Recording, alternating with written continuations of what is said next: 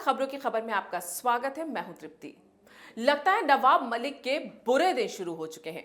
कल तक social media में समीर वानखेड़े और बीजेपी नेताओं के कभी कागज तो कभी फोटो सबूतों के नाम पर पोस्ट कर करके जज बनकर प्रोपेगेंडा फैलाने वाले नवाब मलिक अब लगता है कानून के शिकंजे में फंसते जा रहे हैं। वहीं दूसरी तरफ महाराष्ट्र के ये कद्दावर मंत्री होकर भी अपने घर की कथित जासूसी से घबराए भी हुए हैं। एक तरफ तो उन्हें डर सता रहा है कि उन्हें अनिल देशमुख की तरह फंसाने की कोशिश की जा रही है, वहीं दूसरी तरफ जिस समीर वानखेड़े को बदनाम करने की नीयत से सोशल मीडिया पर नवाब मलिक ने राजनीतिक एजेंडा चला रखा था, वो भी अब छिन गया। पिछले करीब 1.5-2 महीने से समीर वानखेड़े के नाम पर खबरों में बने रहने वाले नवाब मलिक अब अगले 4 महीने तक समीर वानखेड़े और उनके परिवार के बारे में कोई टिप्पणी नहीं कर पाएंगे। दरअसल समीर वानखेड़े के पिता ध्यानदेव वानखेड़े ने नवाब मलिक के सोशल मीडिया पर उनके परिवार को लेकर लगाए जा रहे आरोपों पर मानहानि का केस किया है, जिसकी सुनवाई पहले सिंगल बेंच के सामने हुई थी, जिसमें सिंगल बेंच ने कहा था कि महाराष्ट्र सरकार के मंत्री नवाब मलिक एनसीबी के जोनल डायरेक्टर समीर वानखेड़े के खिलाफ बयान दे सकते हैं, क्योंकि समीर वानखेड़े एक ऑफिसर हैं।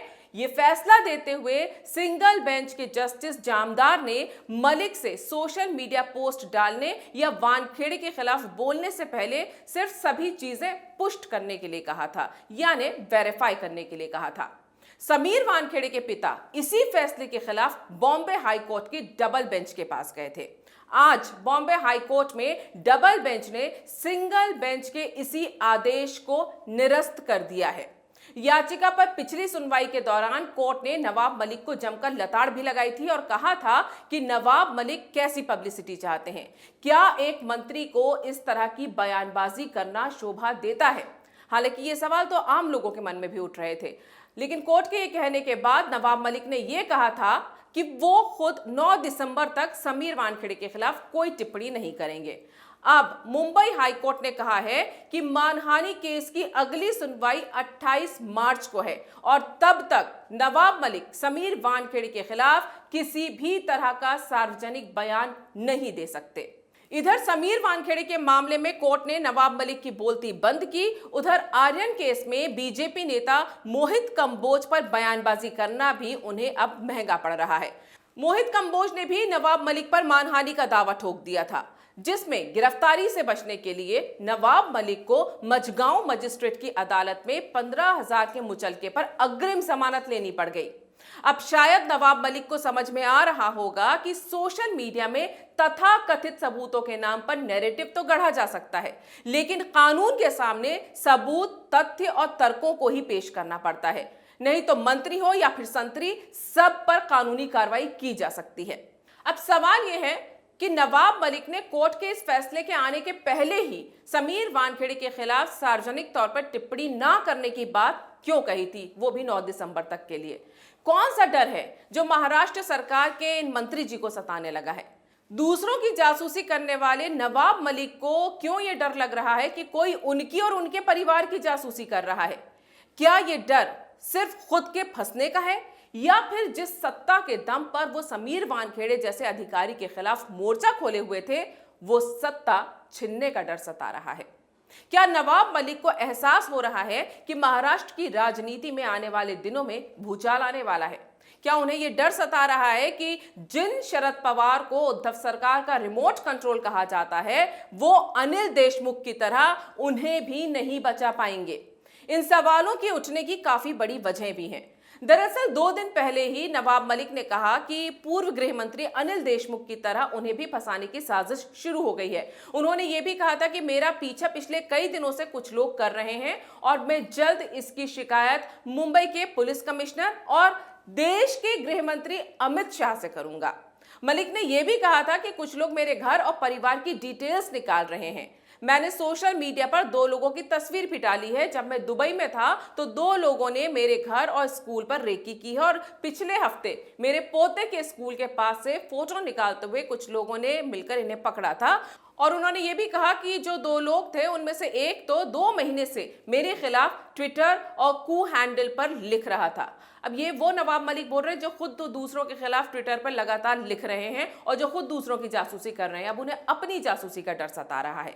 मलिक ने आगे ये भी कहा कि मेरे पास केंद्रीय एजेंसीज के अधिकारियों के खिलाफ कई बड़े सबूत हैं और मैं उन्हें जल्द ही केंद्रीय गृह मंत्री को सौंपूंगा कि मेरे खिलाफ ड्राफ्ट बनवाकर और शिकायतकर्ता तैयार कर शिकायत करवाई जा रही है। केंद्रीय एजेंसी का प्रयोग कर सरकार को बदनाम करने और लोगों को फंसाने का काम मेरे खिलाफ चल रहा है। और उन्होंने साथ में यह भी कहा कि मैं डरने वाला नहीं हूं। नवाब मलिक का यह कहना कि मैं डरने वाला नहीं हूं, यही उनका डर बता रहा है। जिस महाराष्ट्र में नवाब मलिक की पार्टी सरकार में है, जिस सरकार के वो खुद मंत्री हैं, उनकी जासूसी की जा रही है और उन्हें झूठा केस बनाकर फंसाने की साजिश रची जा रही है और मंत्री जी सोशल मीडिया पर विक्टिम कार्ड खेल रहे हैं। सरकार आपकी, पुलिस आपकी, घर के बाहर की सिक्योरिटी आपकी, और आप देश के गृह मंत्री से शिकायत करने की बात कर रहे हैं। वो गृह मंत्री अमित शाह, जिनकी पार्टी और नेताओं, यहां तक कि उनके अंडर में आने वाली जांच एजेंसियों तक पर नवाब मलिक आरोप लगाते रहे हैं, अब उन्हीं को वो शिकायत करने की बात कर रहे हैं। खुद के मुख्यमंत्री उद्धव ठाकरे से वो कोई शिकायत या कार्रवाई करने की बात क्यों नहीं करते? नवाब मलिक मुंबई पुलिस कमिश्नर से भी शिकायत करने की बात कर रहे हैं, लेकिन कोई ऑफिशियल कंप्लेंट दर्ज नहीं करवा रहे, जैसा कि उनकी आदत है इल्जाम लगाते रहना और कानून के पास नहीं जाना। आखिर वो कौन सा मामला है जिसमें फंसने से पहले ही नवाब मलिक मीडिया के सामने उसे झूठा बताकर नैरेटिव भी गढ़ रहे हैं और विक्टिम कार्ड खेलने की एक स्क्रिप्ट भी तैयार कर रहे हैं? क्या नवाब मलिक को अब भी समझ में नहीं आ रहा कि ट्विटर पर पोस्ट करने से सुर्खियां तो मिल सकती हैं, लेकिन कानूनी सुरक्षा नहीं?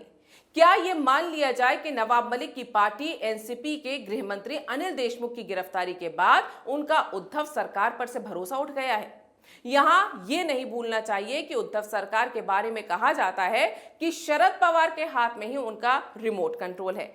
शरद पवार के खासम खास अनिल देशमुख तो केंद्रीय जांच एजेंसियों की जांच और सलाखों के पीछे पहुंच चुके हैं और शरद पवार इतने पावरफुल होने के बाद भी अपनी ही पार्टी के मंत्री को बचा नहीं पाए।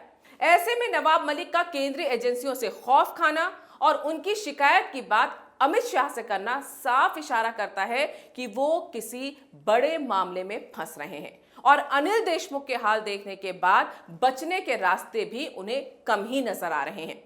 या फिर उन्हें भी लग रहा है कि महाराष्ट्र में एक बार फिर से सत्ता का उलटफेर होने वाला है और जैसा कि नारायण राणे ने कहा था कि मार्च में बीजेपी की सरकार बनने वाली है, इसका अंदेशा क्या नवाब मलिक को भी हो गया है?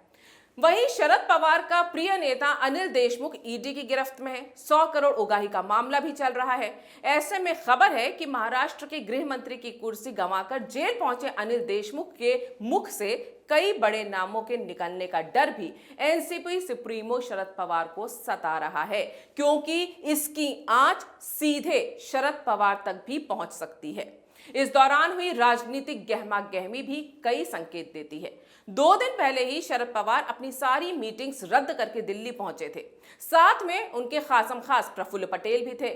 खबरें ये भी हैं कि शरद पवार, जिन्हें राजनीति का चाणक्य कहा जाता है, वो मोदी सरकार पर नकेल कसने का दांव खेलने पहुंचे थे। कहा जा रहा है कि शरद पवार सारी विपक्षी पार्टियों को एक करके उसके नेता बनने की कवायद करने दिल्ली पहुंचे थे, लेकिन विपक्षी पार्टियों को एकजुट करने का उनका सारा प्लान फेल हो गया। वो दरअसल विपक्ष की राजनीति का भीष्म पितामह बनने की फिराक में थे और जिस तरह से वो महाराष्ट्र की सरकार को अपनी उंगलियों पर नचाते हैं, उसी तरह पीएम मोदी के खिलाफ सारे विपक्ष को लामबंद करने की कोशिश कर रहे थे।